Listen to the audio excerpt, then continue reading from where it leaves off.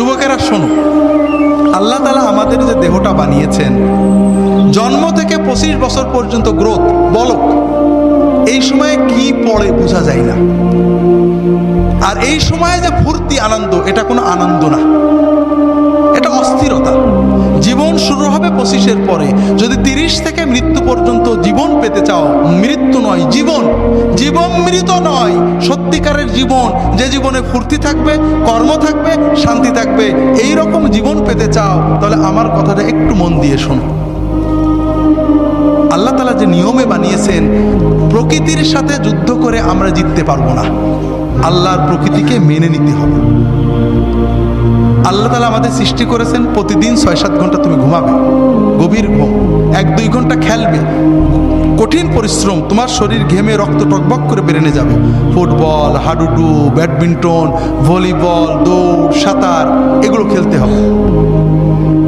এরপর 1-2 ঘন্টা আল্লাহর ইবাদত করতে হবে, আল্লাহর সালাত, সিয়াম, জিকির, যতটুকু পারা যায়।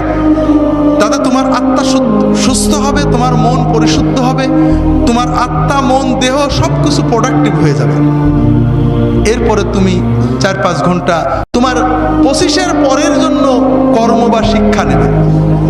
এইভাবে যদি তুমি চলো, তাহলে তোমার জীবন গতিশীল হবে, তোমার জীবন ইনশাআল্লাহ মৃত্যু পর্যন্ত সচল থাকবে। কিন্তু তুমি এখন খেলাধুলো বন্ধ হয়ে গেছে, সারাদিন মোবাইল, ইলেকট্রনিক মিডিয়া, আর খাওয়া তো কি খাচ্ছি আমরা দেখছি।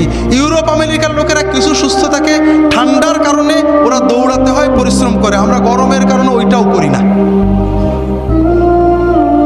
সারাদিন মোবাইল দেখছি, শুনছি, কানে ইয়ারফোন লাগিয়ে শুনছি, আমাদের কান চোখগুলো নষ্ট হচ্ছে।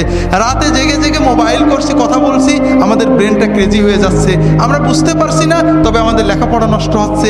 কিন্তু সবচেয়ে বড় ক্ষতি হলো অশ্লীলতা, ছবিতে অশ্লীলতা, গানে অশ্লীলতা, সিনেমায় অশ্লীলতা। এই যে কিছুদিন আগে কিং খান গান গেয়ে গেলেন, অশ্লীলতা ছিল না?